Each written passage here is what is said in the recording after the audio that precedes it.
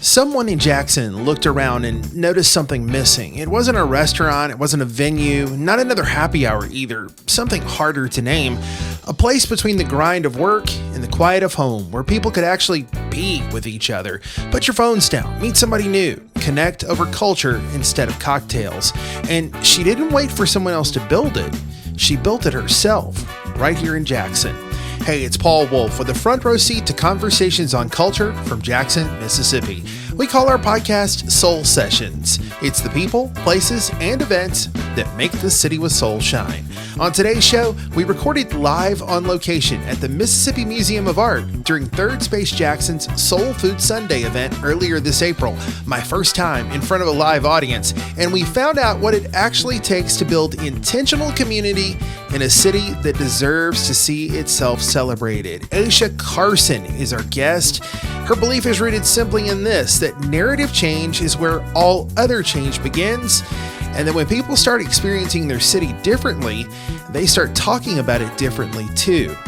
Here's my conversation with Aisha.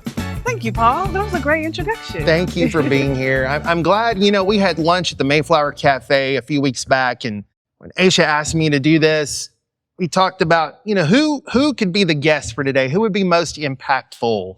And when I suggested to Aisha that she would be my guest, she said, I don't know. So we had some other folks in mind, but I kept coming back to the idea that it should be you. So I'm going to start at the very beginning.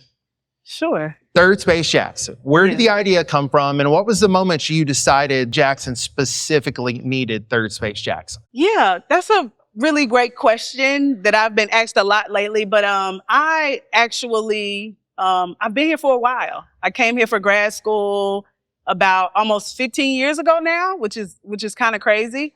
And there's always a lot of talk about the brain drain, which is totally fair, but not a lot of storytelling around like the people who made the decision to stay, specifically like millennials who made the decision to stay in Mississippi and really carve out their own space. But I always felt like, if we could really connect the dots, the different things happening in the city, the different third spaces that are popping up that add to your quality of life, that have added to my quality of life as I've grown here in the city.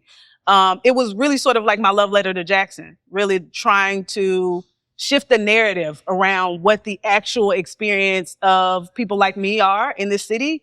The things that are missing, but also the things that are already there that, like I said, are the third spaces that people constantly come back to. And the community that really kept me here for, when it often seems easier to leave and kind of carve out your path somewhere else. And I kind of want to pay homage to those creative spaces that nurtured me, the third spaces that nurtured me, that gave me a sense of fulfillment while I grew here in Jackson, which is sort of different from the common narrative about people who make the decision to stay. You talked about the people who made you want to stay here and the group that who is that? So many different people. A few of them are in the room. I think when I first came to Jackson, that space for me was Synergy Nights. Is Miranda? Yes, there she is. If anybody has ever been to Synergy Nights, it's been around for a while. I remember going when I first came to Jackson when it was in the grocery store out on Old Ken Road. And I was doing spoken word poetry at the time, which I haven't done in a really long time, but it was a space where you could come. That's actually where I met Kimar. It was a space where you can come and be creative, in a platform for you to practice your creativity. And that was a huge part of the community that I grew. Like a lot of people that I met, I still work with, and I still, follow their work and all of the different things that they're doing now. But also, I think it's something to be said for Miranda creating a space where young creatives can come and build community, but also practice the thing that they're good at or want to get better at. And I'm a spokesperson for an organization now. So that experience isn't lost on me. Just the ability to be able to get it up in front of people and talk and write and all of the things that you kind of have to do when you're doing performance poetry. So Synergy Nights was probably the first third space I experienced in the city. And I just want to thank Miranda for that. Definitely comes with some work, some elbow grease for sure, but also some vulnerability in creating space for others. Places like that in Jackson are what make it more meaningful that I feel like any other place that I've been to or maybe could have moved is just because that community that exists really does add to your quality of life and really does shape you, not only as a creative, but as a person. And there are many more places in Soleil. I'm probably there every day. It's like my office. Many places where somebody or a creative decided that they were going to do a thing and keep doing it or create a space and maintain it. And those things really have an impact, not just on me, but on the city and people's ability to be able to do something other than working home, which I think is important for quality of life. I love perfect segue into this concept of third space. The name itself carries a lot of weight. So for anybody who hasn't heard the term third space before and what that actually means, walk us through that and why the framing really matters to what you're building. Right. So it actually started as a research term, this way to quantify the different components in your life that create the ecosystem in which you exist. And it was a researcher who was studying quality of life and how cities could better, invest in the quality of life in their cities. And one of the things that came up is third spaces, the ability to have a space outside of home and work that you can build community, that you can meet people, that you have a consistent gathering point. And we do have that. We have plenty of third spaces in Jackson. But the actual intentionality of being able to gather and curate spaces for people to actually come and enjoy and engage with the city in a different way. So I kind of added a layer onto that research term of third spaces and really wanting to bring my peers together, bring different folks in the city together to experience places that they may have been a lot in a different sort of way. And hopefully the goal is that they continue to come back to those spaces. So Third Space Jackson is about kind of simulating that third space, that research term of having intentional spaces that you gather outside of being at work and being at home. And it's really easy to be siloed. Like in doing third space, I saw so many faces that I'd never seen in a very small city, right? That we just never cross paths. And I think that's a bit problematic. Like living in a city like Jackson, I definitely want to make sure that there are cross points between our peer groups because that's essentially how we grow. Or seeing a space that you've seen maybe forever, but you just didn't realize that was a space for you or that was a space where you could gather and have a good time. Mm-hmm. Mm-hmm. That's very true. I mean, to be honest, a part of third space is just traveling, especially in the Southeast. Maybe you go to Atlanta for a weekend or New Orleans or Dallas, and there's a lot of intentionality and a lot of options for us to engage. Like it's not just one thing to do on one weekend. It's a plethora of things to do from art openings to, coffee shop parties.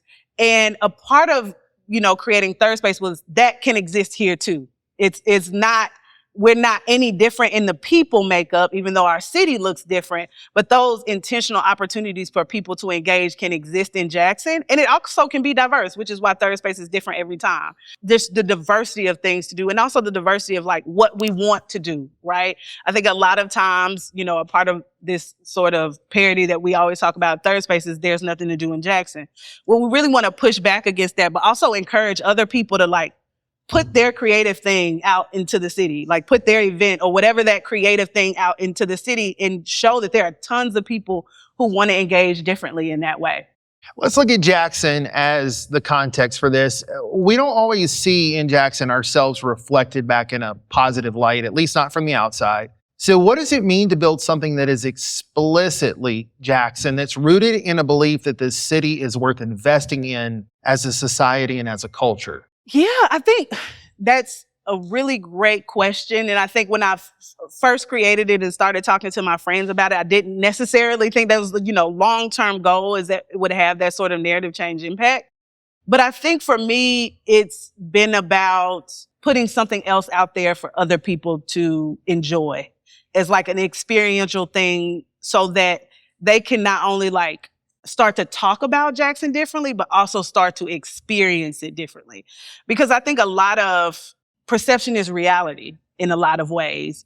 And being able to create narrative change where maybe if somebody comes to a third space event, they have a different narrative about the things there are to do in Jackson, right? And also about the people around them that also, because a lot of times it's I think I'm the only person who likes to do this thing. But really when you step outside and engage, there are a lot of other people who have the same interest as you. And so hopefully third space gives people the opportunity to like, I've been to the museum, but I've never seen it like that. Or I've been to this space and I haven't engaged with it. I might come back again because I've never really seen the space that way. I think at the Night at the Museum event that we had at Smith Robinson, I think that was the impact that we had of just people not really being in that space and becoming more and more curious about it, which is the impact that we hope we have. Yeah, we're not always the story that we see on the news, right?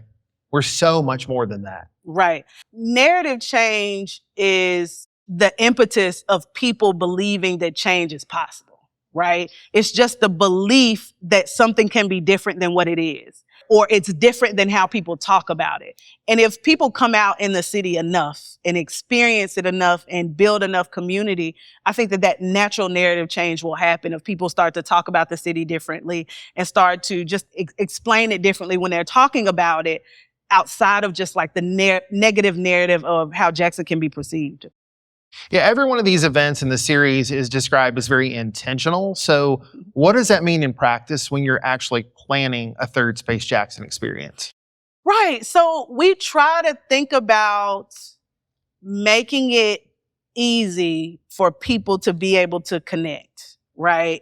We don't just want it to be a party. We want it to be a space where people can come and very easily, whether it's a prompt that you receive or whether it's a raffle or a game that we're doing, easy for you to be able to step into the space and have a low barrier for engagement with other people. So whenever we're designing an event or whenever we're thinking about, okay, what partnerships will make sense for Third Space, it's always what are those things that bring people together in a way where they're actually interacting and not like doom scrolling on their phone, but they have things to engage in and different topics to discuss with people. So it's never a time where people feel like, oh, I don't know when to jump in. I don't know if I should introduce myself. The environment is kind of built for people to be able to engage. So that's the intention that we want to bring to make it different from just like showing up at a regular party or a regular event, is to really be mindful of how to build communication and interaction with other people. And the goal is always that somebody leaves the event meeting somebody that they didn't know before. You realize there are more people out there that are like you than you thought. Yes, absolutely. Absolutely. Like I said, in starting Third Space, there were so many faces that I started to see that I just didn't even know existed in the city. Of course, you don't know everyone, but just the amount of support that we got initially was just overwhelming in such a good way. But it also was a testament to just the people in Jackson and just their desire to just lean into things that are different or be curious about different creative things that people are putting out there. And it's not just Third Space. Like I've seen events across the city that are so well attended just based on the fact that somebody put something out into the universe that they felt like was on their heart, much like, the inspiration of Synergy Nights. And I think the more and more people feel inspired to do that, the more and more Third Spaces we have, but also the more and more places that people actually see themselves reflected in the things that are happening in the city, which I think was one of your original questions, is actually being able to see yourself in your city, right? And I think a part of that is the things that you have to do. And are they reflective of the things that you actually want to do? You've described Third Space as building community trust, one gathering at a time. And trust is earned very slowly, right? So what have you learned about what people in Jackson actually need from a space like this? Yeah, I think the most simplest form, I think they need a space or want a space where they can meet other people. I think that's a part of it. Like sometimes we do have our social circles, but they can be a little siloed. So the ability to actually be able to meet other people. But I think the other part of it is to have fun, to have things that you like to do that are diverse in nature and that you can actually come and get fly and, wear the clothes that you might normally wear when you go out of town and also see your peers who are also getting fly as well. Like something as simple as seeing yourself reflected in the attire that people have on, right? And we don't always have those spaces in Jackson for something like that simple. So I think at our core, it's just about like in a fun way, people having just a way to engage and a place to come that's different every time. And it builds this anticipation. But also the trust piece is we don't always announce where our events are going to be before people actually start buying tickets. But that's also to speaks to the narrative change piece, right? Because sometimes, if you already know what it is, you might have preconceived notions about where we're going, and you might say, I've already been there. But we want people to trust us and trust the community that we're building enough to where it's going to be a unique experience every time. And you don't necessarily have to anticipate the environment as much as you're anticipating that it's going to be very community centered. You're going to walk away knowing somebody, and it's going to be a fun, unique experience every time.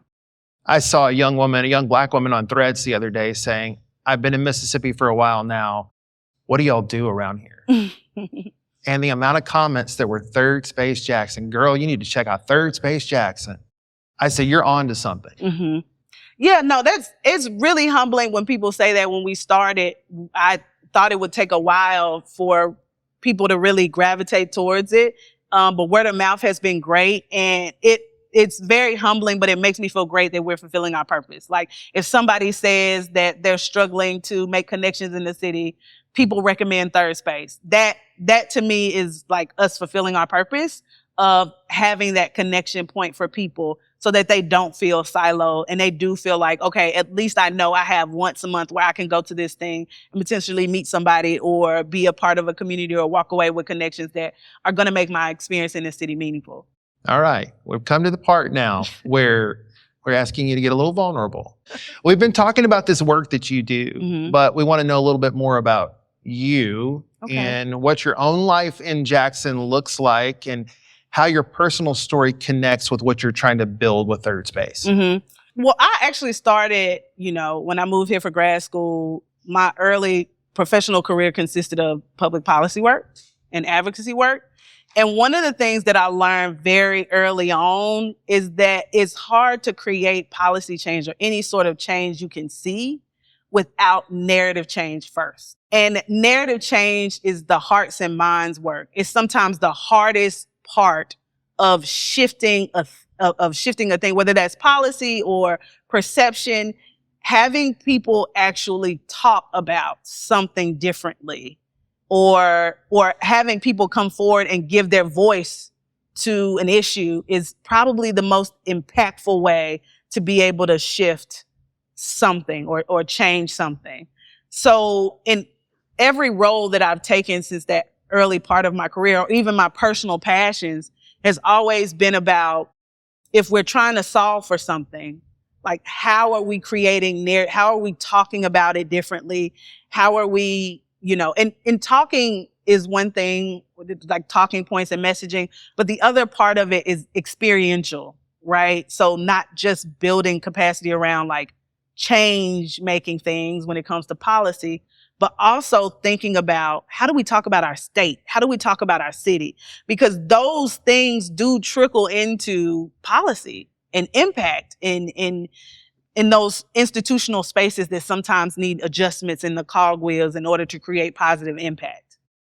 And so a part of my own personal story is trying to seed narrative change in the spaces that I feel should be more impactful, right? Could lead to positive change in the city. So when people start to talk about Jackson differently, then maybe people start to move here more, right? And actually make Jackson their residence. Maybe they start to frequent businesses in Jackson more. And just that simple reframe of how we talk about the city, and even hopefully eventually the state, can create those seeds in people that think, okay, maybe Mississippi isn't so far from where we want it to be, or maybe Jackson isn't so far from where we want it to be. But I think that the impetus of that change starts with the belief in the possibility, right? And that's sort of what narrative change does. So a part of my personal belief is that if you can invest in your small way and changing the narrative about how you talk about where you live or how you talk about our capital city, I think that a lot of other changes can come from that. And that's sort of my own theory of change. And it's also kind of the reason why I invested in Third Space, is that you can't just talk about it. People also have to experience it. It's kind of like experiential marketing. And when people start to experience the city differently, they start to talk about it differently. And that means things for our ability, especially our peers, to be able to continue to build spaces and create spaces that are for us specifically. So what's next for Third Space? We're hoping to continue to partner with people. I don't know if Dominic's in here. Is he? No, he might be outside. But Dominic is a senior. Here he is, right here. Everybody give Dominic a hand. Dominic is a senior at Jackson State, and this event actually really came from his idea. And so when you ask what's next for Third Space, I always hope when I started this that it would be a platform for young creatives to like express themselves and get experience in curating events, and not feel like they have to go somewhere else in order to have that experience. So I'm hoping that there are more Dominics, in the future. He's graduating in May from Jackson State University. But I'm hopeful that we continue to build partnerships, meaningful partnerships with other people who want to create and make something in the city. I definitely don't want all the ideas to come from my head, but I'm hoping to continue to build our bandwidth to be able to have more and more experiences that speak to the different things that people have going on in the city. Podcasting is one of the things that is near and dear to my heart. I think they're digital third spaces, right? Absolutely. They are spaces that people come back to. I have podcasts like The Read I've been listening to for 10 years, and it definitely has a community around it. And I think the voices of my peers are extremely important, especially in the city and state and where we are right now. So to continue to give platform to them to be able to do their art and to create spaces for other people to come in and curate. So hopefully what's next for us is continuing to partner with more and more people to be able to grow the experiences, the diverse experiences of Third Space. I think what strikes me the most is what you're doing, the simple core idea, and how much courage it takes to act on it and put it all together. Because it's a heavy lift. But Jackson has the people. We know that. Jackson has the culture. Somebody just has to create the room, and you did that. So thank you for doing that. Thank you. That's Aisha Carson of Third Space Jackson. I asked Aisha to talk about herself a little bit personally, and she went right back to Third Space. And honestly, I think that tells you everything. That's not deflection. That is her story. The work and the person are the same thing. Jackson has the people. Jackson has the culture. Somebody just had to create the room, and Aisha did that. Third Space Jackson is an experience series right here in Jackson, and if today was your first introduction to it, then welcome. I hope it won't be your last. We'll have links in our show notes at visitjackson.com/soul sessions to help you learn even more. This podcast is produced by Visit Jackson, the destination organization for Mississippi's capital city. Our executive producers are Jonathan Pettis and Dr. Ricky Thigpen, and I'm our managing editor. There's always something great going on in Jackson, and we keep up with it at visitjackson.com. I'm Paul Wolf, and you've been listening to Soul Sessions.